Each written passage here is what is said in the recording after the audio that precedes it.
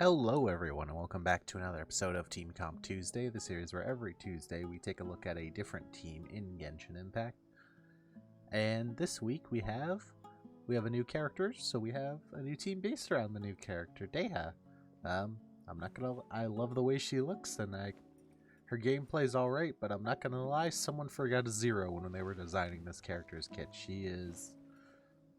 I'm not gonna sugarcoat it. She is relatively close to like Alloy and Xinyan in power level. Considering she's a 5-star, that's kind of disappointing. But we got a team. We're gonna make her work anyway. We're gonna have more videos on her. I'm gonna eventually triple crown her. We're gonna try to make it work. All right. We're gonna have fun with this character because she is kind of fun and her visuals are just chef's kiss. So, you know what? I already got enough teams that can clear the abyss, so don't really need that. And this team is probably honestly fine anyway. This is actually an archetype that is relatively powerful. Up until this point, you could basically use any Pyro unit in place of Dehya, really. It's a mono Pyro comp, and it might just be carried by the fact that Zhangling plus Bennett and Kazo is enough to basically clear almost any content in this game. Like, it's that by itself is already pretty good team damage, so Dehya's just kind of along for the ride and to look pretty, but you know what? That's fine. I want an excuse to use her. Just really quick, if my personal recommendation, should you roll for her? I think if you want her, you should get her, but if you can't clear the abyss and you care about that and stuff like that, I would probably avoid, because yeah, like I keep saying, someone missed a zero somewhere when they were designing her kit. Let's get into it. I've started to realize that I really should go over at least what the characters do, especially when they're new characters or when they're the focus of the team. So let's just quickly kind of go over what Dehya's kit actually is. So first of all, unrelated, but she has this awesome normal attack string where she punches at the end. She gives you the old Falcon Punch. Falcon Punch! But anyway, I kind of like that. Her E is basically like an Albedo or official style skill. Well, it's more like Albedo, where you drop this little thing on the ground. As you do attacks, you apply some instances of Pyro, but it can only trigger every so often. She can also move it as well and does a little bit extra damage whenever she moves it. You also get interruption resistance whenever doing that. And then her ult is just a multi-wave hit. You basically want to spam click to go as fast as humanly possible, or spam the attack button to get as much speed on it as humanly possible.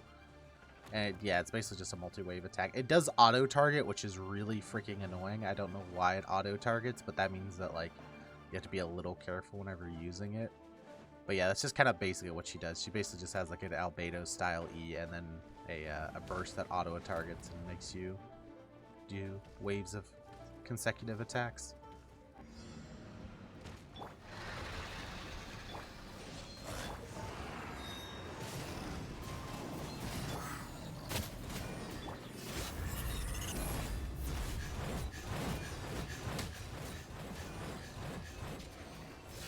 Alright, it's time to go with the characters.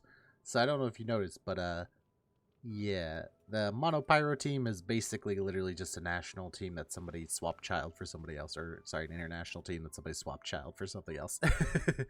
Is it as good as the child international team? Heck no. Is it still a pretty good team? Yeah, and if you're limited by the amount of Hydro units you have, Mono Pyro team might not actually be that bad of an option for you if you only have like one Hydro unit and you need it for the other side. So I mean, this team is not bad by any stretch of the imagination, but despite Dehya being, you know, the reason we're playing the team to kind of show her off, she kind of isn't like the core of the team. She's kind of just there. Like realistically, if you wanted to play this team with on-field Chi-Chi, physical Chi-Chi or something, you could, and it probably still would be a fine team, just because the core is so strong. But anyway, enough of that. Let's talk about Dehya first, because she's the new character. In general, she kind of has this weird split scaling thing going on, where she has max HP and attack ratios on a lot of her skills.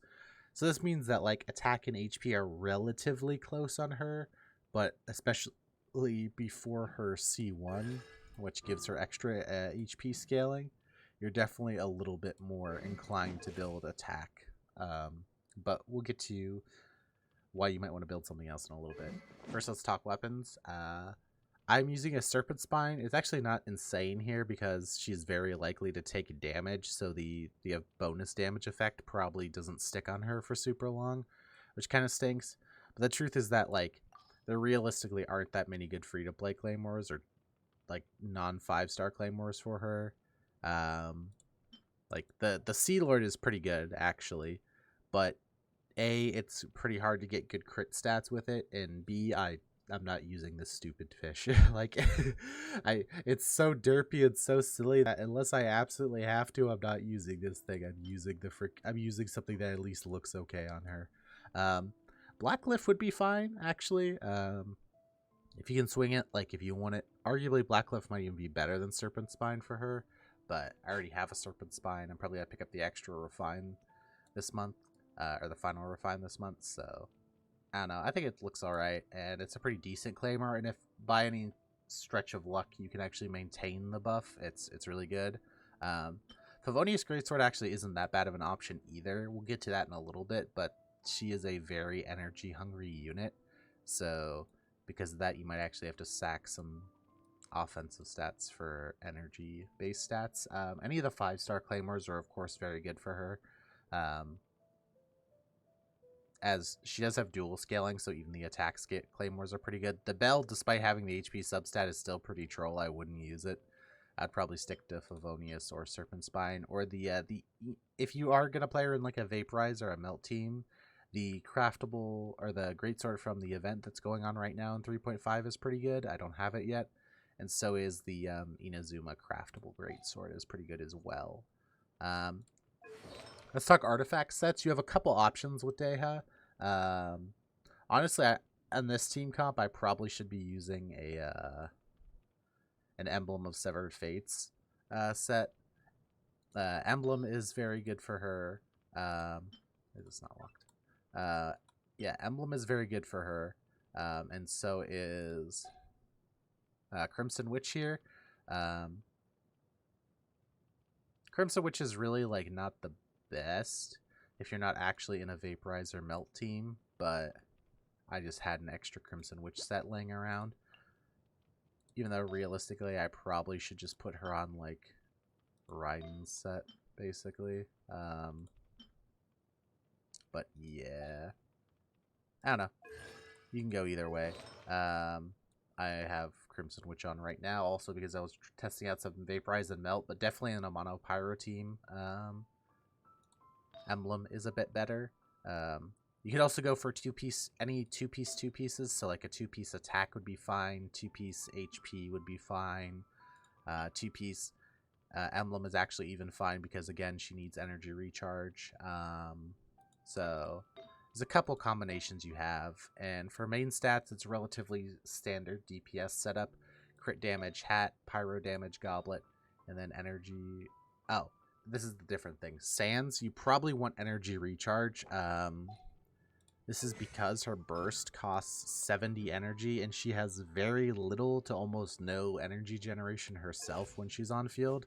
So you're going to need somewhere in the range of like 160 to 180 energy just to maintain her burst, even in this triple pyro team.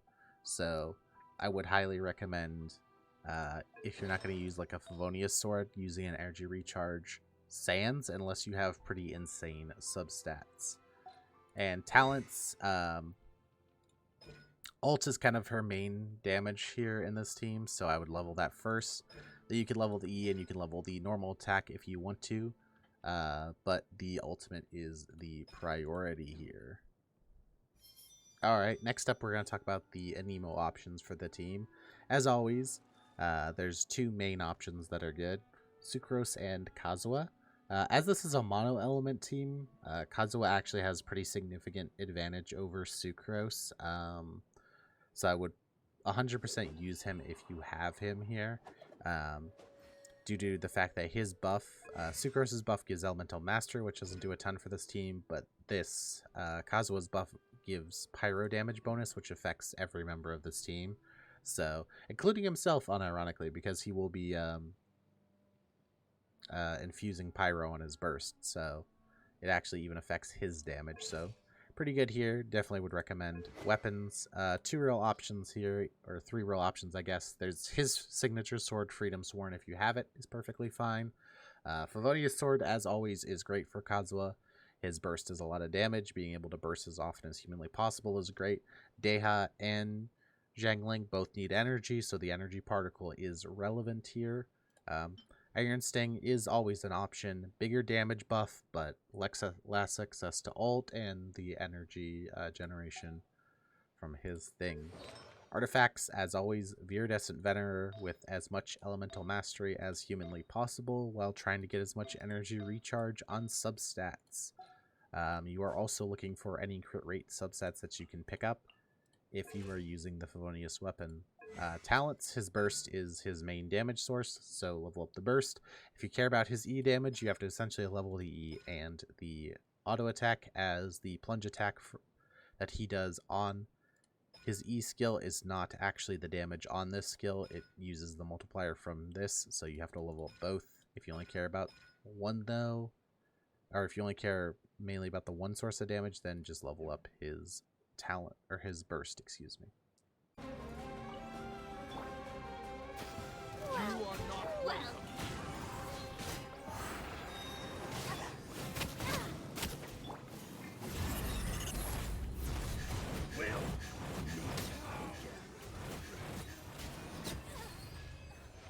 Alright, let's talk about the last 2 members of the team real quick. The actual arguable core of this team. The 2 characters that probably could honestly two-side most stuff even on relatively medium invested accounts because they're so powerful.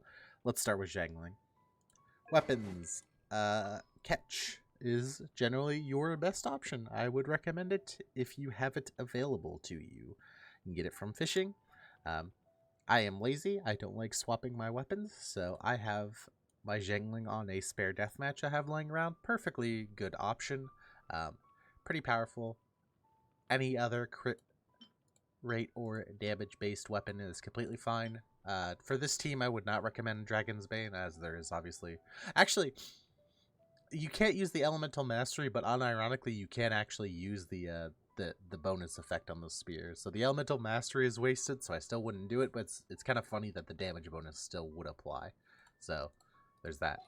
Artifacts, Emblem of Severed Fate, 100% Emblem of Severed Fate here. Way to go. Best set for her. Sands, energy recharge. So generally how it goes for this team, you don't want to use Elemental Mastery Sands because there's no reactions. It's pure pyro damage. So you're either deciding between energy recharge and attack. Generally, you go the opposite of your weapon. So attack for an energy recharge weapon, energy recharge for like a crit or an attack weapon, okay? Pyro Goblet, and then crit damage or crit rate on your cup. Or no, excuse me, not cup. Circlet, whichever one you need.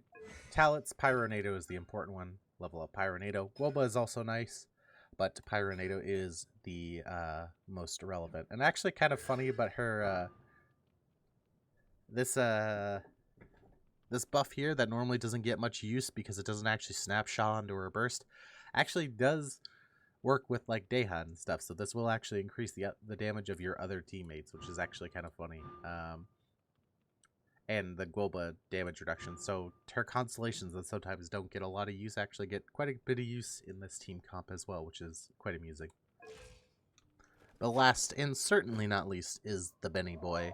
Benny Boy is here to give Zhangling all the damage and let even Dehya do all the damage. So, as always, weapon, highest base attack option you have. If high, recommended Aquila if you have it, or I think there's another 5-star that has a similar high attack value. If not using that, then the Sumer Craftable that I still do not have is your next best option, as it has both an energy recharge substat, which is good for him, as well as having the max base attack for a 4-star, which I believe is, yes, this here, this 565. So it has the 565, and then it'll have some energy recharge. That is my recommendation if you do not have a 5-star sword to use for the higher base attack. Artifacts, easy as always. Noblesse Oblige, crit rate or crit damage on the circlet. pyro damage on the goblet. HP and healing percent are also options if you want a pure healer, but especially in this team with Dehya reducing damage, really not needed, just build for damage. And then energy recharge on these sands because you want to be able to burst as much as humanly possible. Talent's main one that matters here is your burst. You can level up your E if you want to because you'll be using it to funnel particles into people. Note, this is one of the teams where actually activating the C6 would give you an advantage, and I've been seriously considering doing it. But as always, you need to be careful with this constellation because there's a chance that this messes up your ability to use Bennett with another team in the future. Hoyo has generally been pretty good about making sure that's not the case, but I'm still kind of paranoid about it, so I don't want to activate it myself quite yet until I am certain. But that is all for the Benny Boy. Alright, now it's time for the rough rotation showcase. Some general things we're trying to make sure is that we're getting the Bennett buff ult onto both the Zhengling ult and the Dehya ult. We're also trying to make sure we got the Guoba down so he can shred the Pyro res, and making sure we swirl the Pyro because, well, there's only Pyro in this team, so that part is not an issue.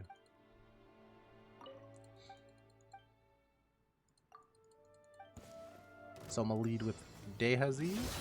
I'll drop down Guoba, then I'm gonna get Kazuha down, Bennett, Zhangling burst, Dehya burst, and then just start punching. Punch, punch, punch. Then afterwards, you're gonna go into funneling energy back into your other characters. So just make sure that you're swapping around and getting your energy built back up. It shouldn't take too long because you should be able to get 3 or 4 particles from each Bennett E. Then funnel that into Dehya or Zhangling. You're kind of going to have to micromanage and see which one needs the energy first and kind of be conscious of who needs the energy more whenever you're swapping. You might have to do 1 or 2 swaps to each, but you can always, in the free time, relay Dehya's skill, relay Guoba, reuse Kazuha's skills, because you should be able to because you're only Pyro, so you can maintain the Pyro buff on Kazuha's ult the entirety of the fight pretty easily and not have to worry about when you use it in the rotation. The only real thing you need to make sure is that you're Bennett buffed on your Zhangling burst and your Dehya burst. But yeah, that's the rough rotation for this team. Not too bad. Definitely not the best team in the world, but sure as heck is a fun team. Alright, and that is going to do it for today's episode on Dehya Mono Pyro. I want to thank you for coming out. Also, just really quick, I want to mention this at the end. There have been rumors, I've heard through the grapevine, that there could be a Dehya specific artifact set coming out, so if you really want to maximize her damage, I would maybe hold off on hard farming something like Crimson Witch until we know if that set is actually coming out. Although, to be fair, if you're just going to use an emblem set, you can use emblem on like 20 characters, so just farm up an emblem set. Next week we might do Tanari, or we might do another Dehya team. I don't know. I might just keep trying to make her work and throw her in a whole bunch of different teams and do her for a couple weeks. I do plan on triple crowning her. Again, I do really like her aesthetics and stuff like that, so I'm going to invest pretty heavily. We're going to see if we can make it work. But I want to thank you all for coming out. I hope you have a great day, and good luck on your pulls if you should decide to do so. Also, she is going to eventually, it looks like, go on to the standard banner, so if you want her but don't really, like, need her, for lack of a better term, like, if you think she's cool but you don't necessarily,